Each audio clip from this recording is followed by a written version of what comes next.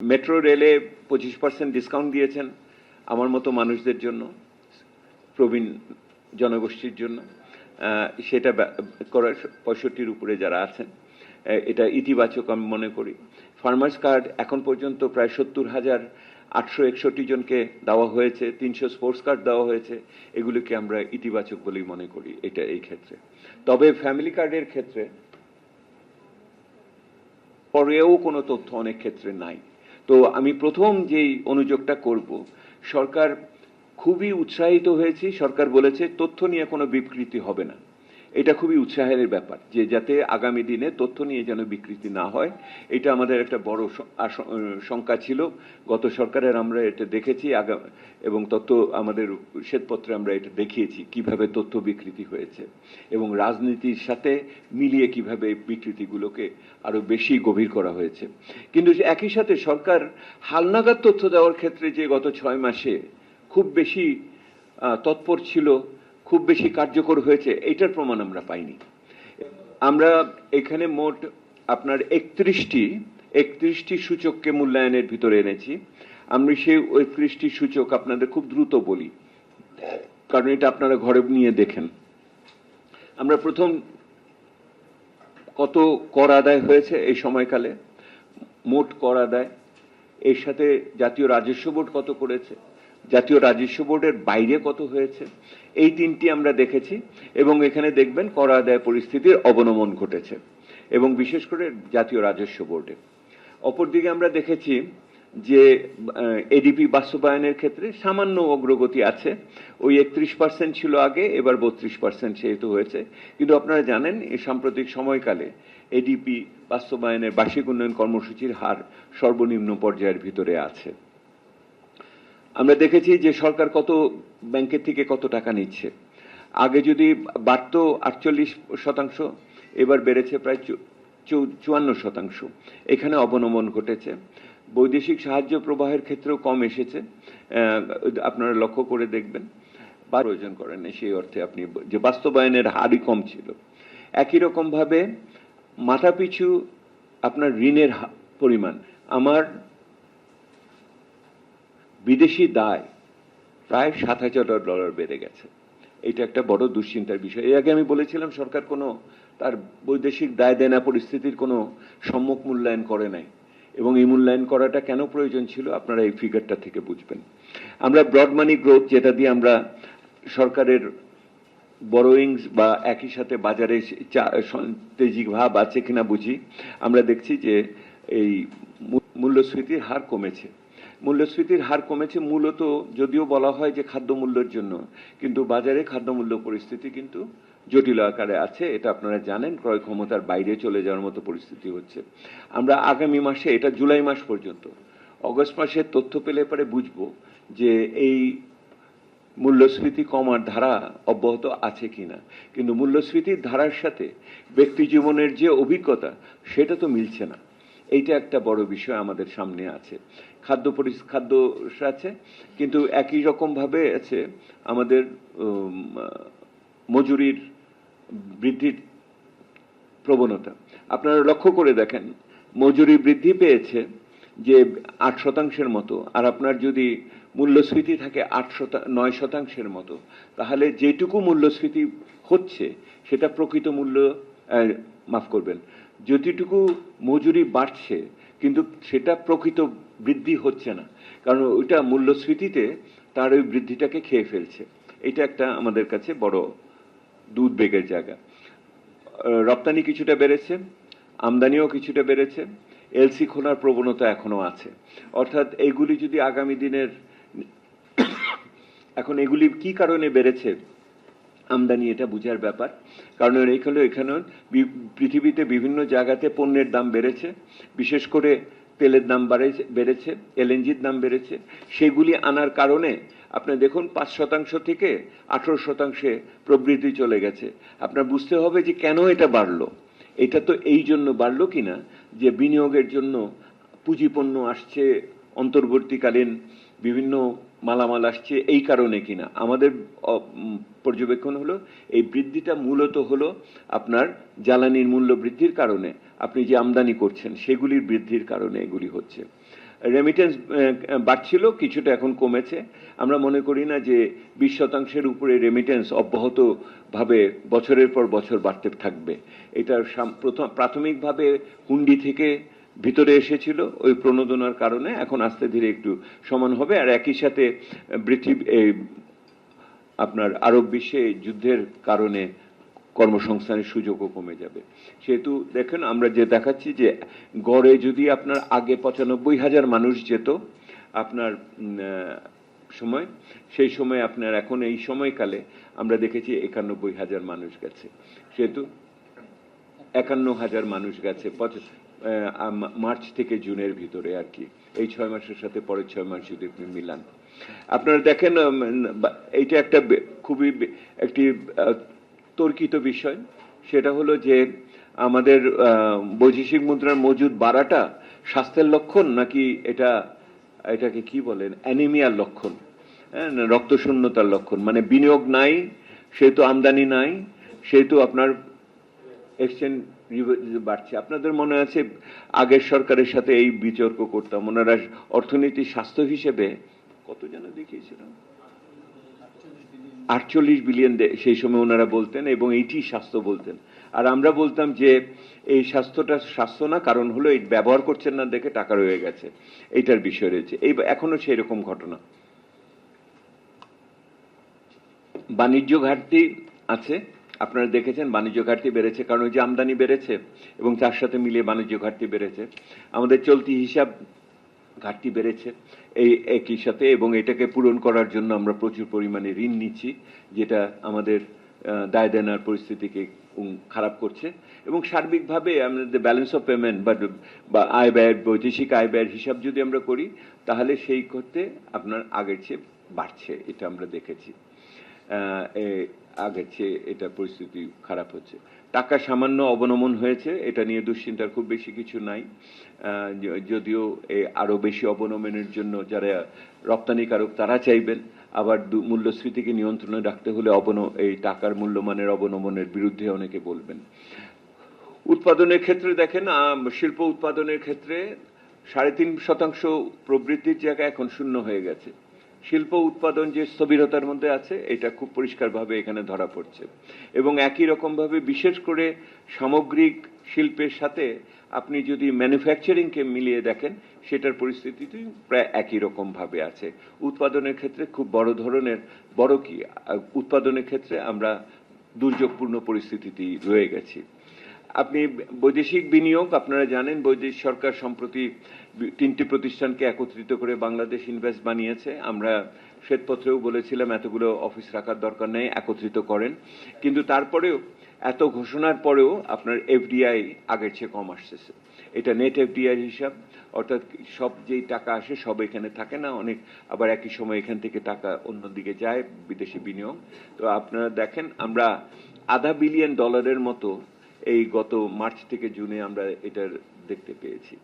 Import growth capital মেশিনের কিছু আসছে, এটার আগে আমরা ইন্ডাস্ট্রির সাথে বলেছি, এলসি কারণে ইত্যাদি, এটা আলগা আলগাভাবে আলোচনার বিষয়। আমি আপনাদের আসি, তাহলে দেখেন আমরা কি বলেছি। এখন এখানে হয়েছে 12টাতে, আর 19টাতে অবনমন ঘটেছে। 12টাতে উন্নতি হয়েছে, অবনমন ঘটেছে 19টাতে। আপনারা দেখবেন এই লাভ পণ্য কিছুটা বাড়া এবং এটা এলসি খোলার ইত্যাদির বিষয় আছে, এইটার জায়গাতে কিছু উন্নতি দেখা যায়। কিন্তু বৈদেশিক বিনিয়োগ, আগামী দিনে পুঁজি পণ্য আনার ক্ষেত্রে এবং ব্যক্তি খাতে ঋণ সঞ্চালন, এই সবগুলোতেই বড় ধরনের অবনমন ঘটেছে। এইটা অনেক চিন্তার বিষয়।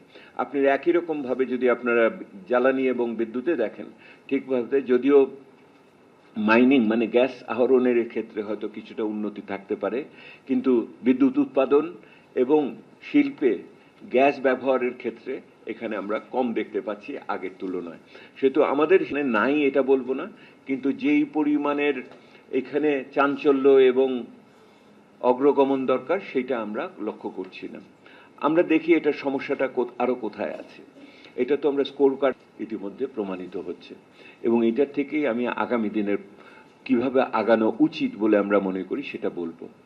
আমরা বলেছিলাম যে এমন বাজেট করেন না যেটা আপনি বাস্তবায়ন করতে পারবেন না। ওনারা কি করলেন?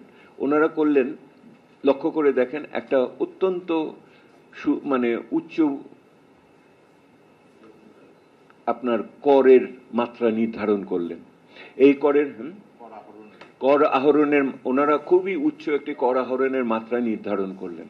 ওনারা এই উচ্চ কর আহরণের মাত্রাটা নির্ধারণ করতে বাধ্য হলেন এই জন্য, কারণ ওনারা ব্যয়ের ক্ষেত্রে একটা অত্যন্ত উচ্চ ব্যয়ের প্রাক্কলন করলেন। এই ব্যয়ের প্রাক্কলনের সাথে মিলানোর জন্য ওনাদের এটা করতে হলো জাতীয় রাজস্ব বোর্ডে।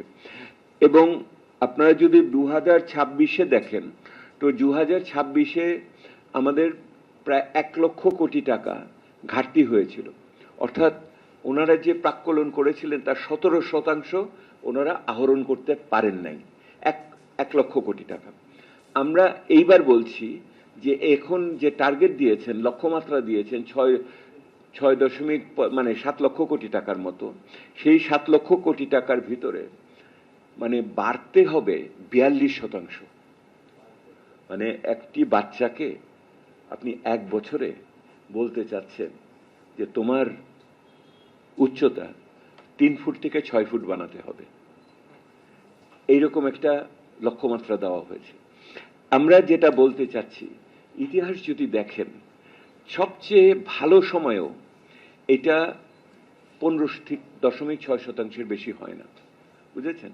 খুব একটি বছরে 2011-তে একবার 27% হয়েছিল। ওইটার আরো অনেক কারণ ছিল, ইত্যাদি মিলে আপনার কর ব্যবস্থাপনা ইত্যাদির বিষয় ছিল ওটা। কিন্তু সাধারণভাবে আপনি যদি দেখেন যে ওনার ব্যয় সংকোচন করতে হবে, ওনার অবশ্যম্ভাবী ব্যয় সংকোচন করবেন। উনি ব্যয় সংকোচন তাহলে কোথায় করতে পারবেন? এইটার ক্ষেত্রে উনি দেখা যায় আমাদের ঐতিহাসিকভাবে যে বার্ষিক উন্নয়ন কর্মসূচিতে প্রায় 40,000 কোটি,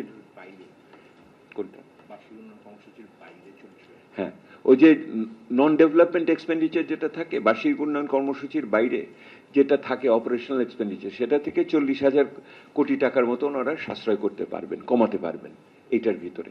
ঠিক আছে, এটা গেল। কিন্তু ওনার এখানে দুটা বড় বড় চাপ এখন সামনে রয়েছে।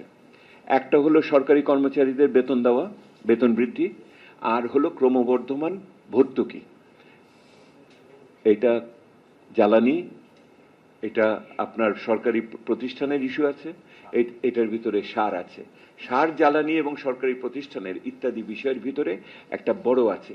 এর সাথে যুক্ত হবে, এখন এখানে আনলাম না আর কি, ব্যাংক খাতে যদি পুনর্পুঁজিকরণ করতে চান তাহলে ইত্যাদি বিষয় এটার সাথে আসবে। হ্যাঁ, ওইটাও ভর্তুকি সরকারের, যদি ওটা, কারণ এটা হলো মানে জনগণের টাকা দিয়ে আপনি অন্য জায়গাতে ব্যক্তি খাতে ওটাকে দিবেন আর ওটা ভর্তুকি, ব্যক্তি খাতেই তো দিবেন। সেহেতু আমরা বলতে চাচ্ছি যে সরকারের সামনে যে দুইটা প্রেশার আছে, একটা হলো যে আপনার সরকারি কর্মকর্তা কর্মচারীদের বেতন বৃদ্ধি, এবং অপর দিক হলো ক্রমবর্ধমান আপনার ভর্তুকির চাহিদা। এই দুটোকে ওনারা কিভাবে মিলিয়ে আগামী দিনে ওনারা আগাবেন। তো সাহলে তো আমাদের একটাই খুব সহজ আছে যে এই বড় কাজটা আসলে বার্ষিক উন্নয়ন কর্মসূচিকে কম রেখেই ওনাদের করতে হবে।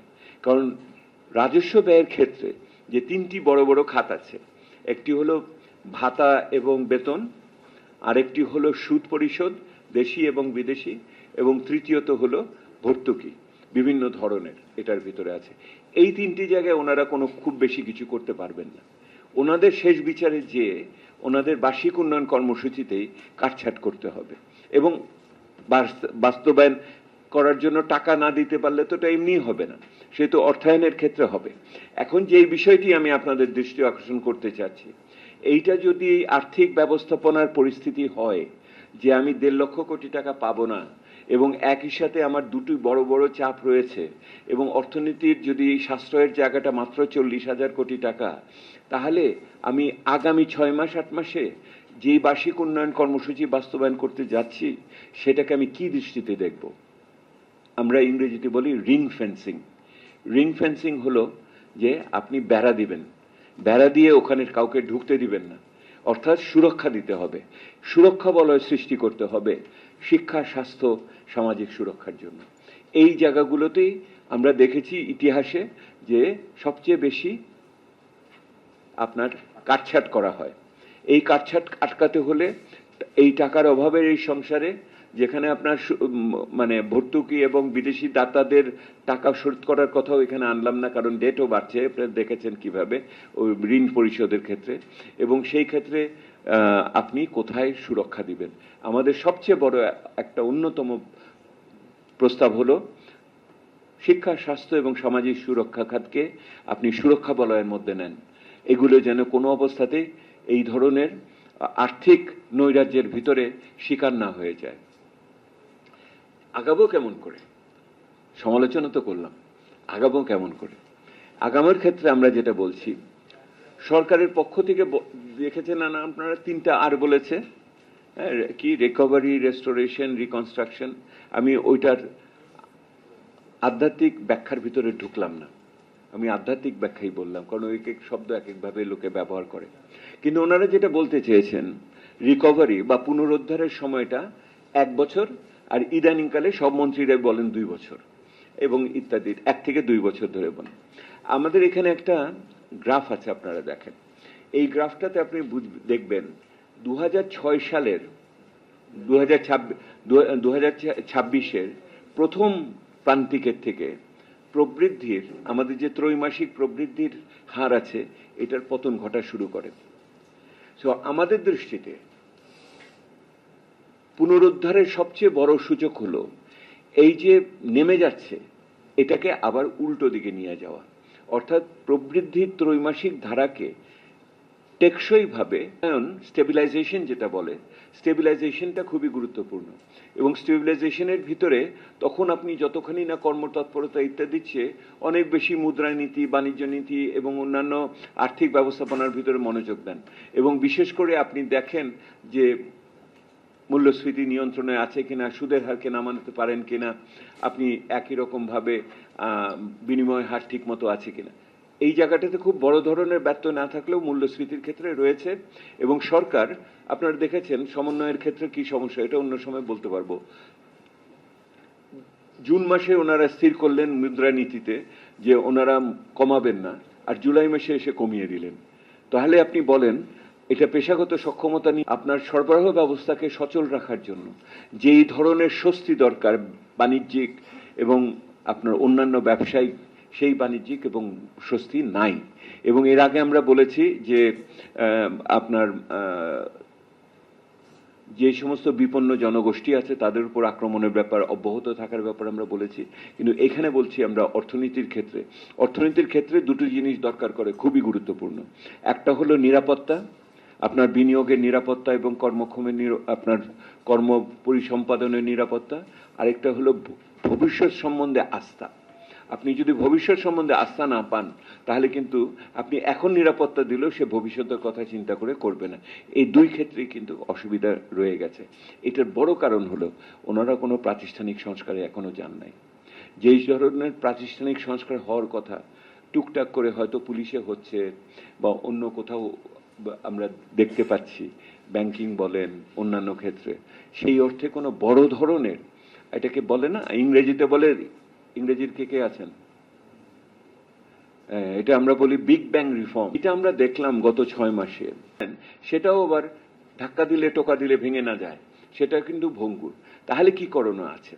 সেটা আমরা যেটা আমরা বলছি আজকে আমাদের অন্যতম মেসেজ যেটা হলো, সেটা হলো বাংলাদেশে এই যে অর্থনৈতিক পুনরুদ্ধারের যে প্রক্রিয়া, এইটা প্রলম্বিত হবে। যারা যারা মনে করেছিলেন যে 1 বছরের ভিতরে অর্থনৈতিক উত্তরণের প্রক্রিয়াকে সমাপ্ত করে 2 নম্বর বছরে যে আমরা প্রবৃদ্ধির দিকে আগাবো, সুনির্দিষ্টভাবে একটা কোর বাজেট তৈরি করেন, এবং একটা মূল বাজেট যদি তৈরি না করেন, যে আমি শিক্ষা, স্বাস্থ্য ইত্যাদির ক্ষেত্রে যে সুরক্ষা দেওয়ার কথা বলছি, রক্ষা করতে বলছি, সেটা আমরা করতে পারবো না। আপনাকে একটা বাস্তবসম্মত কোর বাজেট, সেটা প্রকাশ করেন বা না করেন, নিজের চলার জন্য এটা নির্দেশিকা হিসেবে রাখেন। দ্বিতীয়ত হলো এই মুহূর্তে যে কোর বাজেট, মানে যে বাজেট আছে, এর সাথে পুনরুদ্ধারের যে সময়রেখা, এর সাথে যে নতুন কৌশলগত পত্র বার করা হয়েছে, এগুলোর ভিতরে সময়ের ক্ষেত্রে অনেক হেরফের আছে, এগুলোকে একত্রিত করেন, সময় রেখাগুলোকে, বাস্তবায়নের সময় রেখাগুলোকে একত্রিত করেন। 3 নম্বর আমরা বলেছি একটা সমন্বিত সংস্কার প্রস্তাব আপনার লাগবে। এই সংস্কার প্রস্তাব থেকে আপনি বেরোতে পারবেন না যদি না করেন, তাহলে অবশ্যই অর্থনীতির ভিতরে বিভিন্ন নৈরাজ্য আরো গভীর হবে এবং কাঠামোগত অসুবিধাগুলো অব্যাহত থাকবে।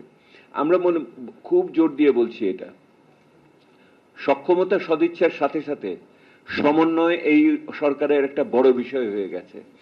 আপনারা শুনেছেন হয়তো, আমি বলেছি একটা আড়াইতলা সরকার আছে, একটা মন্ত্রীরা আছেন, প্রতিমন্ত্রীরা আছেন একতলাতে, মাননীয় প্রধানমন্ত্রীর উপদেষ্টা আছেন আরেক তলাতে পরিবেক্ষণ করার জন্য, এর সাথে আধা তলাতে আছেন বিভিন্ন ধরনের সহকারী বিভিন্ন পদমর্যাদায়। এই আড়াই তলার মোট প্রায় 64 জন মানুষ মিলিয়ে একটি সরকার পরিচালনা করাটা, এইটাই একটা বড় চ্যালেঞ্জ। এইটার সমন্বয়ের ধারা কিভাবে হবে, এবং এই ধরনের একটি সরকার যখন থাকে আড়াই কাঠামো বিশিষ্ট, তখন তার ব্যক্তি বিশেষ বদল করে এটাকে খুব বড় ধরনের সমাধান বার করা যাবে বলে মনে হয় না। এটার একটা প্রাতিষ্ঠানিক সমাধানের বিষয় একটা আছে। শেষ কথা বলি, বাংলাদেশের 1991 সালের আইন হয়েছিল যে আর্থিক ব্যবস্থাপনার সুরক্ষা দেওয়ার ক্ষেত্রে, এবং সেইটার জন্য 3 মাস পর পর একটা বিবৃতি দেওয়ার কথা সংসদে। এখন আমাদের সংসদীয় গণতন্ত্র আছে, বিরোধী দলেরাও চায় এই আলোচনা সংসদে হোক। সেপ্টেম্বর মাসে প্রথম ত্রৈমাসিকে অর্থমন্ত্রী সংসদকে অবহিত করবেন এই অর্থ বছরের প্রথম 3 মাসে কি অগ্রগতি হলো, কোন জায়গাতে অসুবিধা উনি বোধ করছেন এবং কি ধরনের উনি পরিবর্তন প্রত্যাশা করেন। এইটার সময় দেশের এইরকম একটা পরিস্থিতিকে শুধুমাত্র অর্থ মন্ত্রণালয় বা কোনো একক মন্ত্রণালয়ের কাছে না রেখে সামগ্রিকভাবে সংসদীয় গণতন্ত্রের কেন্দ্রবিন্দুতে এখানে নিয়ে আসা আমরা মনে করি। আমরা অপেক্ষা করব অর্থমন্ত্রীর স্বচ্ছতার স্বার্থে, দক্ষতার স্বার্থে এবং আইনের শাসনের স্বার্থে। এটার ভিতরে যেটা হয়েছে, সার ব্যবস্থাপনাকে আমরা খুবই গুরুত্ব সহকারে দেখছি। বিদেশ থেকে আমরা কিনে আনি অথবা নিজের দেশে যেটুকু বানাই, কিন্তু এটার বিতরণ ব্যবস্থাতে দুর্নীতি যাতে না হয়, এটা একটা বড় বিষয়। জ্বালানির কথা বলেছি, একটা মধ্যমেয়াদী পরিকল্পনা কেন হলো না?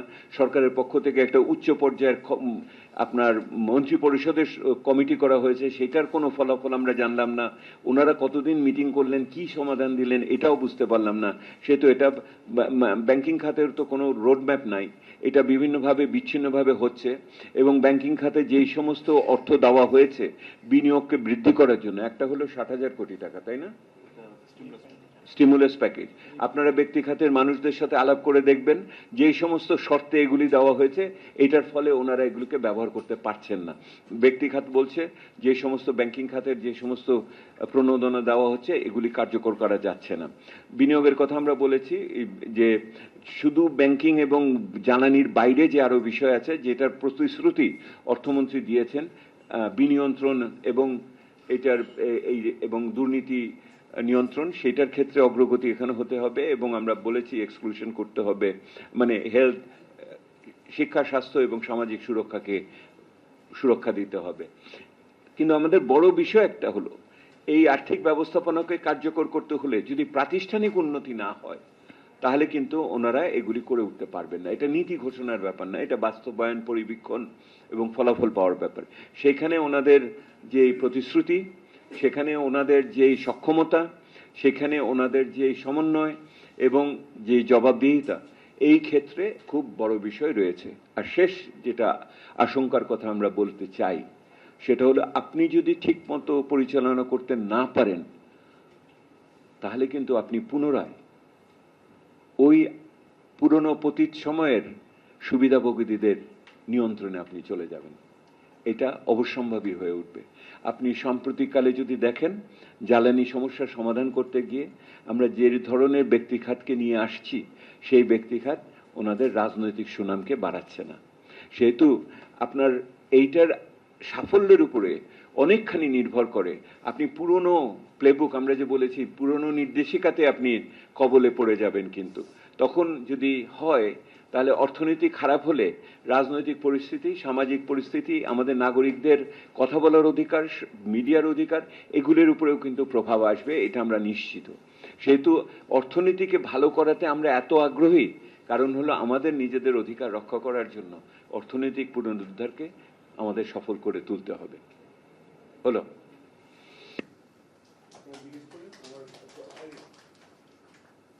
তাহলে পুরনো তরিকার কবলে আপনি আবার নিপতিত হবেন। ওকে, ঠিক আছে দাদা, আপনার আসলে ব্যাখ্যা ঠিকই। আমি তৌহিদ RTVতে কাজ করছি। আপনি মিশ্র প্রতিক্রিয়ার একটা কথা বলছেন সবগুলোতেই। ক্রেডিট ইম্পোর্ট আপনি বলেন তৌফিক। হলো যে আমরা যেই গ্রোথটা পেয়েছি, হ্যাঁ, এটা হলো আপনি দেখবেন যে মার্চ থেকে জুন মাসের 4 মাসের, গত বছরে এই সময়টা খুবই কম ইম্পোর্ট হয়েছিল, যে কারণে আপনার গ্রোথটা এখানে বড় দেখাচ্ছে। কিন্তু সামনের দিনে আবার এলসিতে দেখবেন আপনি নেগেটিভ গ্রোথ আছে। সো ক্যাপিটাল মেশিনস তো আসতে ইম্পোর্ট হতে সময় লাগে, আপনারা জানেন আর কি। সো সামনের দিকে বিনিয়োগের জন্য এই জন্য আমরা খুব দ্রুত এটার একটা বড় ইতিবাচক পরিবর্তন হবে এইটা আমাদের মনে হচ্ছে না আপাতত। সুতরাং গত যেইটুক গ্রোথ হয়েছে আমরা এটা ব্যাখ্যায় লিখেছি যে এটার কারণ হলো বেঞ্চমার্কটা খুবই লো ছিল। আমি যদি কম্পেয়ার করি এই বছর, এই 4 মাসে যে হচ্ছে তার আগের বছরের সাথে, তার থেকে কিন্তু আবার কম। কোন সময়কাল দেখছেন এবং এটা তুলনীয় আর কি পার্সেন্টেজের হিসেবে? আরেকটা এখানে যেটা সেটা হলো যে প্রশ্নটা আসছে যে ক্রেডিট আপটেকের গ্রোথ তো 4.9%, 4.5%, এবং এটার সাথে যদি আমরা তুলনা করি তাহলে দেখেন ক্যাপিটাল মেশিনারিজ ইম্পোর্ট করে নিজস্ব সারপ্লাস প্রফিট থেকে এবং ব্যাংক থেকে ঋণ নিয়ে, সুতরাং ওইটাকে একটার সাথে আরেকটা মিলালে একেবারে একরকম হবে না আর কি। হ্যাঁ, এটাও একটা ফ্যাক্টর আছে আর কি। আর দ্বিতীয় যেটা তৌফিক বললো সেটা হলো যে সামনের দিকে মানে যেটা উনি বলছেন সেটা হলো যে ওই ইম্পোর্টটা অনেক সময় সেলফ ফাইন্যান্সিং হতে পারে, সেই জন্য অনেক সময় ব্যাংকের ওইটা প্রক্সি ইন্ডিকেটর হিসাবে ফুললি ব্যবহার করা যায় না। আর আমাদের এলসি ওপেনিং এর যেটা সেখানে কিন্তু আবার নেগেটিভ, উইচ মানে আমাদেরকে একটা সিগন্যাল দিচ্ছে আর কি, একটু স্তিমিত থাকবে। আর যেটা কর্মসংস্থান নিয়ে, কর্মসংস্থানের যে সার্ভিস সেক্টর ওরিয়েন্টেড এমপ্লয়মেন্টের যে দেখেন এখানে বিভিন্ন ভাবে এটাকে আমার মনে হয় যে বিশ্লেষণ করা দরকার। সেটা হলো যে একটা হলো নাম্বার, আরেকটা হলো কোয়ালিটি অফ জবস। আমাদের দেশে ইনফরমাল সেক্টরেই তো বেশিরভাগ মানুষ 85%, এবং সেখানে কিন্তু আমরা যেটা বলি আর কি ওয়ার্কিং পিপল ওয়ার্কিং হার্ড, হ্যাঁ, কিন্তু তার ওখানে মজুরি এবং ইত্যাদি এগুলো রিলেটিভলি কম থাকে। সো সার্ভিসেস সেক্টরে জব ক্রিয়েটেড হয় ইনফরমাল সেক্টরে, কিন্তু সেইটা আমরা দেখি যে সেটার যে শোভন কর্মসংস্থান, সেখানে যে ওয়ার্কার্স রাইট, এগুলোও কিন্তু কিছুটা আর কি ব্যত্যয় থাকে। সো আর সংখ্যা যেটা বলা হচ্ছে, দেখেন এখানে চ্যালেঞ্জ যেটা আপনারা দেখেন যে আমাদের ওভারসিজ মার্কেটে একটা বড় আমাদের গত 5 বছরে প্রায় আমাদের 55 লাখের মতো বাইরে গেছে, এটা কিন্তু এখন কমে আসছে। সো বাইরের মার্কেট দিয়েও আমরা এটা যে প্রবাসী সেটাও হবে না। সো অন্য দিক থেকে এখন যেটা বলা হচ্ছে যে আমার মনে হয় যে আমাদের চেষ্টা করা উচিত কিভাবে শিল্পায়নের মাধ্যমে আমরা শোভন কর্মসংস্থান করতে পারি। ইনফরমাল সেক্টরে জব ক্রিয়েটেড হবে 1 কোটি হবে কিনা সেটা আমি এখন বলতে পারবো না, বাট এগুলোর কোয়ালিটি না হলেও তুমি জানবা কেমন করে, কারণ ওনাদের তো পরিসংখ্যানেরও একটা সমস্যা আছে। তবে আমাদের মতো দেশে এখন কিন্তু শিল্পায়নের মাধ্যমেই বেশি জব ক্রিয়েট করে, এবং অন্যান্য যেগুলো সার্ভিসেস সেক্টর যেটা শিল্পকে ইনপুট হিসাবে সাহায্য করে, ওইটা কিন্তু খুব গুরুত্বপূর্ণ হবে আর কি। অবশ্যই সার্ভিস সেক্টরে এখন ক্রিয়েটিভ ইকোনমির কথা বলা হচ্ছে, আরো অন্যান্য বিভিন্ন ধরনের সার্ভিসেস সেক্টরের কথা বলা হচ্ছে, এগুলো সম্ভাবনা আছে, কিন্তু ম্যানুফ্যাকচারিং এরটা আমার মনে হয় যে একটা মূল আমাদের ড্রাইভার হওয়া উচিত। শিল্পে এনার্জি ম্যানেজমেন্ট দেখেন, মানে আমাদের দেশে জ্বালানি সুরক্ষা বা জ্বালানি নিরাপত্তার জন্য যে বহুবিধ পদ্ধতি ব্যবহার করতে হবে, এটার ব্যাপারে আমাদের জাতীয় ঐক্যমত্য আছে। আমরা 1 নম্বর ঐক্যমত্যের জায়গাটা হলো যে যেইভাবে আমরা বাপেক্স বা আমাদের ভূখণ্ডে জ্বালানি আবিষ্কারের থেকে বিনিয়োগ না করে আমরা এলএনজি আমদানির লবির কাছে জিম্মি হয়ে গেছিলাম, এটার থেকে বেরোতে হবে। এই ব্যাপারে আমাদের ঐক্যমত্য আছে। আবার অপরদিকে ঐক্যমত্য আছে যে ভবিষ্যতের জ্বালানিকে ব্যবহার করতে হলে আমার নবায়নযোগ্য জ্বালানির ক্ষেত্রে জোর দিতে হবে। সেহেতু আমি সৌর জ্বালানির কথা বলছি, এমনকি আমি ওখানে আমার নিউক্লিয়ার জ্বালানির কথাও, ওখানে পরমাণু জ্বালানির কথাও বলছি। দেখেন এই দুটো জায়গাতে কিন্তু পরিষ্কারভাবে আছে, কিন্তু এই দুই জায়গাতে পৌঁছানোর ক্ষেত্রে যে অন্তর্বর্তীকালীন সময়, সেই অন্তর্বর্তীকালীন সময়ের ভিতরে আমার বিভিন্ন ধরনের তরল জ্বালানি আমদানির মাধ্যমে আমাকে আমার বিদ্যুৎ উৎপাদনও চালাতে হবে, আমার সার কারখানা বা অন্যান্য যেই সমস্ত জায়গা আছে সেই সমস্ত শিল্প বাণিজ্যকে চালাতে হবে। এইটার একটা মধ্যবর্তী, এই যে মধ্যবর্তী, এই দুইটা ঐক্যমত্যের মধ্যেখানে যে মধ্যবর্তী ব্যবস্থাপনা, সেইটা একটা গুরুত্বপূর্ণ। সেইখানে আমাদের দীর্ঘমেয়াদী বিভিন্ন ধরনের চুক্তির মাধ্যমে, আমাদের টেকসই বিভিন্ন চুক্তির মাধ্যমে আমরা মধ্যপ্রাচ্য থেকে বা অন্যান্য জায়গা থেকে যদি এলএনজি বা অন্যান্য তেল আমদানি করার চুক্তি করতে পারি, তাহলে সেটা নিঃসন্দেহে একটা ভালো হয়। আমার মনে হয় যে এখানে যতখানি না ঐক্যমত্যের অভাব, তার চেয়ে অনেক বেশি এটাকে কার্যকরভাবে বাস্তবায়ন করার ক্ষেত্রে যেই উদ্যোগ এবং একই রাতে যে বারবার আমি সমন্বয়ের কথা বলছি, সমন্বয় এবং যেই সমস্ত তথ্য উপাত্তের ভিত্তিতে একটা বৈজ্ঞানিকভাবে করা উচিত, সেটার অভাব আমরা দেখতে পাচ্ছি। এবং সেটার অভাবেই যে জ্বালানি নিরাপত্তার ক্ষেত্রে আমরা এলএনজি ব্যবহার করার ক্ষেত্রে যে কারিগরি দক্ষতা দেখানো দরকার, সেটা তো পারি নাই। এটা তো সাম্প্রতিককালে আমরা দেখতে পেয়েছি। সেহেতু এই জায়গায় একটা সমন্বিত পদক্ষেপ প্রয়োজন। ওনাদের যারা দেশ চালাচ্ছেন তাদের এই ব্যাপারে আগ্রহ বা উপলব্ধি কম আছে আমি বলছি না, কিন্তু কোথায় যেন ওনাদের এটাকে কার্যকর করার ক্ষেত্রে আমি সক্ষমতা এবং সমন্বয় দেখতে পাচ্ছি না। এইটি আমাদের আফসোসের জায়গা আর কি। এই জায়গাটা, এটা হলো যে জ্বালানির ক্ষেত্রে। আসি আপনাদের ইয়ের ক্ষেত্রে, এবং সব জায়গাতে একটা কথা আমি বারবার আপনাদের বলবো, আমি সচেতনভাবে ব্যবহার করছি, ওনারা রাজনৈতিক সাহস দেখাতে পারছেন না সিদ্ধান্ত নেওয়ার ক্ষেত্রে এবং সংস্কারের করার ক্ষেত্রে। এবং এটা সবচেয়ে বড় একটা জায়গা হলো আমাদের সরকারি কর্মকর্তাদের বেতন ভাতার বিষয়। দেখুন, আপনি 6 মাস হয়ে গেছে, আপনি এই বেতন ভাতার সিদ্ধান্ত নিতে পারছেন না। কেন নিতে পারছেন না? একটা তো বড় বিষয় আছে আর্থিক সক্ষমতা। আর্থিক সক্ষমতা যে এই যে কত বলেছি আমরা, 1,40,000 কোটি টাকার ঘাটতি আপনারা, হ্যাঁ, কিন্তু আপনি বানিয়েছেন একটা সুরম্য প্রাসাদ, যে প্রাসাদের ভিতর দিয়ে বাতাস সঞ্চালন করে না। আপনি ওইটার ভিতরে এই জিনিসগুলো তো আপনার 6 মাস আগে জানার কথা ছিল। রিপোর্ট একটা দিয়ে গেছে অন্তর্বর্তী সরকার, তাকে আপনি মূল্যায়ন করে আপনি বলবেন যে আমার কত দূর পারবো, কত দূর পারবো না। আপনি সিদ্ধান্ত করেছেন যে 2 বছর ভাগে ভাগে দিবেন, সেটাও সকলে অনুমভাবে মেনে নিয়েছে। আমাদের নিজেদের ভিতরে কথা হয়েছে, এই সরকার এত দেরি না করে প্রথমেই একটা মহার্ঘ ভাতা দিয়ে দিতে পারতো 20-25% দিয়ে সে প্রার্থনা করতে সময় দেন, আরেকটু আমি বিবেচনা করি এটার ভিতরে, সেই সময়টার ভিতরে হতো। এখন আপনি যেখানে নিয়ে এসছেন, এখন তো বড় কিছু করা ছাড়া আপনার উপায় থাকবে না। আপনি এই জায়গাটাতে নিয়ে এসছেন, আপনি ধাপে ধাপে এটা করার যে সুযোগটা প্রথমেই ছিল সরকার এসে রাজনৈতিকভাবে, সেটা তো করলো না। আর আপনি যে বলছেন ওই যে টাকা নিয়ে টাকা ওইটা দিয়ে ধার করে করার বিষয়, আসলে ইংরেজিতে বলে হয় মানি ইজ ফাঞ্জেবল। আপনি ওই টাকাটা এসে যখন কোষাগারে জমা দেন, ওই কোন টাকাটা আপনি শিক্ষাতে দিচ্ছেন, কোন টাকাতে স্বাস্থ্য দিচ্ছেন, ওই টাকার গায়ে তো লেখা থাকে না। আপনার সামগ্রিক ব্যবস্থাপনায় আপনি কত শতাংশ এখানে দিচ্ছেন, কত শতাংশ ওখানে দিচ্ছেন, এইটা দিয়ে আমরা বুঝতে পারি। কিন্তু আমি এইটুকু বুঝি, রাজনৈতিক সাহস এইখানে দেখানোর ব্যাপার। আপনাকে স্বীকার করতে হবে যে 10 বছরে এই মানুষগুলোর বেতন বৃদ্ধি হয়নি, এবং ওখানে অনেক ধরনের মানুষ আছে, ওখানে সচিবও আছে, ওখানে দারোয়ান কর্মচারীও আছে, তাদের কথাও আপনার চিন্তা করতে হবে। সেহেতু ওইটা চিন্তা করে আপনি একটা রাজনৈতিক বিবেচনার ভিত্তিতে, নৈতিক ভিত্তিতে এটা সমাধান করতে হবে।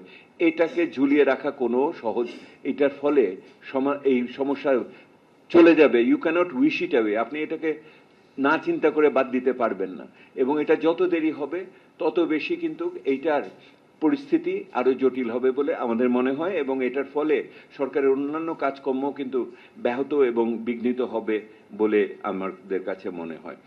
শেষ করি আপনাদের জন্য, সেটা হলো যে আপনারা বারবারই এটা জিজ্ঞেস করতেছেন। একটা তো আমি প্রথম আলো ইন্টারভিউতে বলেছিলাম, দিতে তো চাই টানে তো বিয়ের দিকে। এটা দিয়ে আপনি আমাদের মনোভাব বুঝতে পারছেন। দিতে চাই, এ কিন্তু টানে তো বিয়ের দিকে, মানে এ তো হয়তো হয় নাই, এইটি বাস্তব। হ্যাঁ, এখন একটা শক্ত বি ধরে রাখার জন্য ওনারা বাদ বাকি পদ্ধতি কি নিবেন সেটা আমাদের বোঝার ব্যাপার। এবং সেখানে আমরা যেটা বলতে চাচ্ছি, ওনাদের হয়তো সদিচ্ছা আছে কিছু, কিন্তু ওনারা সক্ষমতা এবং সমন্বয় দেখাতে পারছেন না। এবং এই সক্ষমতা এবং সমন্বয়ের অভাবের জায়গাটা অনেক ক্ষেত্রেই রাজনৈতিক দূরদর্শিতার অভাব প্রতিফলিত হচ্ছে কিনা এইটা। এবং এইটা যদি ওনারা না করেন ঠিক মতো, আমরা এখন যেভাবে বলছি আর কি, আমরা একটা নির্দয় ভালোবাসার কথা সর্বদা বলেছি, সেইটাতে ওনাদের এই মুহূর্তে যেতে হবে। এবং সেটার মাধ্যমে ওনারা জনতুষ্টিবাদী যে পদক্ষেপগুলো নিচ্ছেন সেগুলি মনোগ্রাহী হলেও কঠিন অর্থনীতির ভিত্তিতে আমাদের বিনিয়োগ, বাণিজ্য, কর্মসংস্থান ইত্যাদির বিষয়টি অনেক বেশি গুরুত্বপূর্ণ। ওই জায়গাটাতে যেতে হবে, কর্মসংস্থানের জায়গাতে। আমি এখন পর্যন্ত ওনাদের আমি অনেক ইঙ্গিত দেখি, কিন্তু সঙ্গীত দেখি না। বুঝতে পেরেছেন? ইঙ্গিত দিচ্ছে কিন্তু সঙ্গীত দেখি না। ইংরেজিতে বলি আমরা, there are a lot of noises but no music. আমাদের মিউজিকে যেতে হবে, লট অফ নয়েজেস। হ্যাঁ,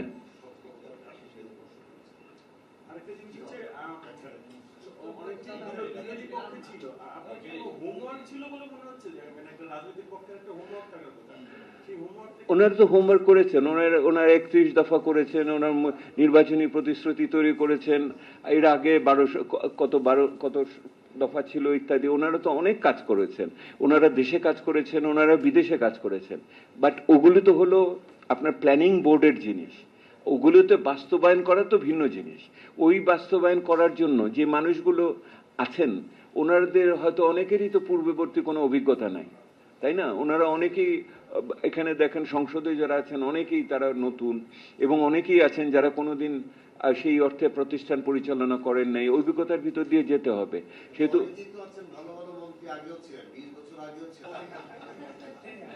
এটার কোনো বিকল্প নাই টেকা ছাড়া। আমি এটার বিকল্প দেখি না এই মুহূর্তে। আমরা একটা নতুন উত্তরণ প্রক্রিয়ার ভিতরে আছি।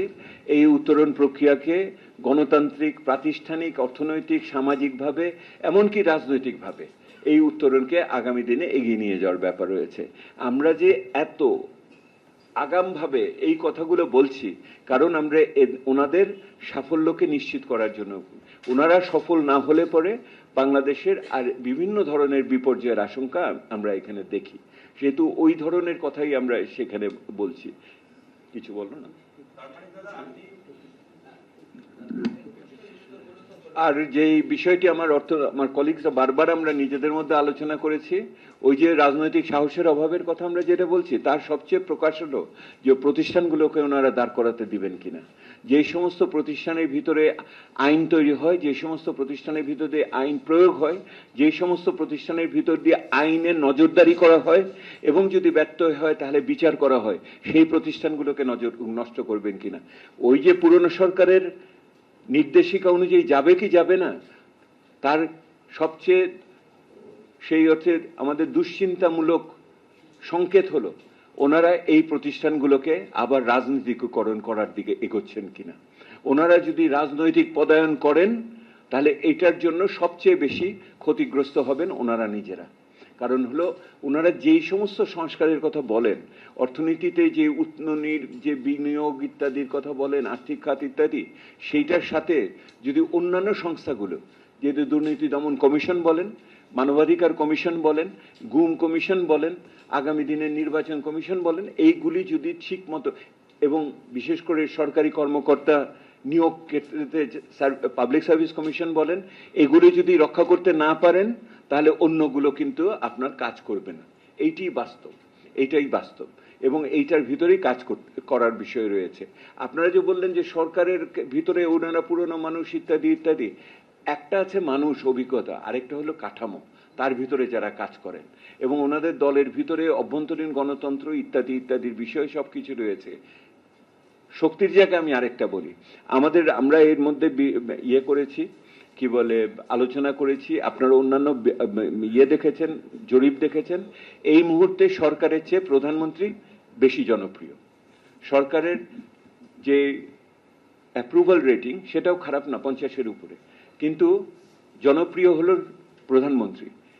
ওই প্রধানমন্ত্রী তার যে ব্যক্তিগত জনপ্রিয়তা আছে সেটা দিয়ে উনি রাজনৈতিক সাহস দেখিয়ে নিজের দলের লোকজনদের ঠিক পথে পরিচালনা করতে পারবেন কিনা, আমলাকে ঠিক মতো জায়গাতে রাখতেন পারবেন কিনা, এইটি আমি বড় চ্যালেঞ্জ হিসেবে দেখি।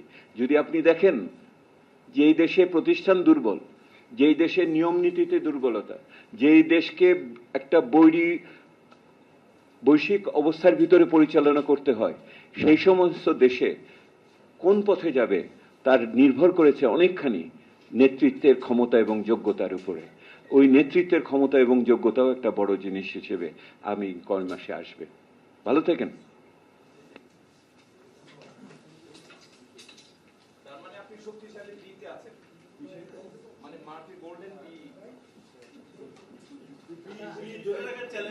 আরে শোনেন, আপনি স্মল লেটারেও বি লিখতে পারেন, ক্যাপিটাল লেটারেও বি লিখতে পারেন। হ্যাঁ,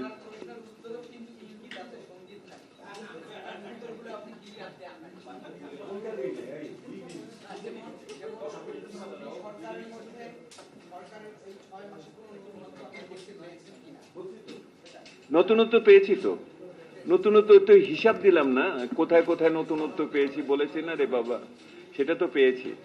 আপনি ইয়েস এন্ড নোর ভিতরে উত্তর হয় না, দ্বন্দ্বের ভিতরে আছে, তাই না? দ্বন্দ্বের মধ্যে তো আছে। এর চেয়ে পরিষ্কার ভাবে আর কে বলবে যে আগামী দিনের সিদ্ধান্ত হবে নেতৃত্বের গুণাবলীর উপর? বলছি তো,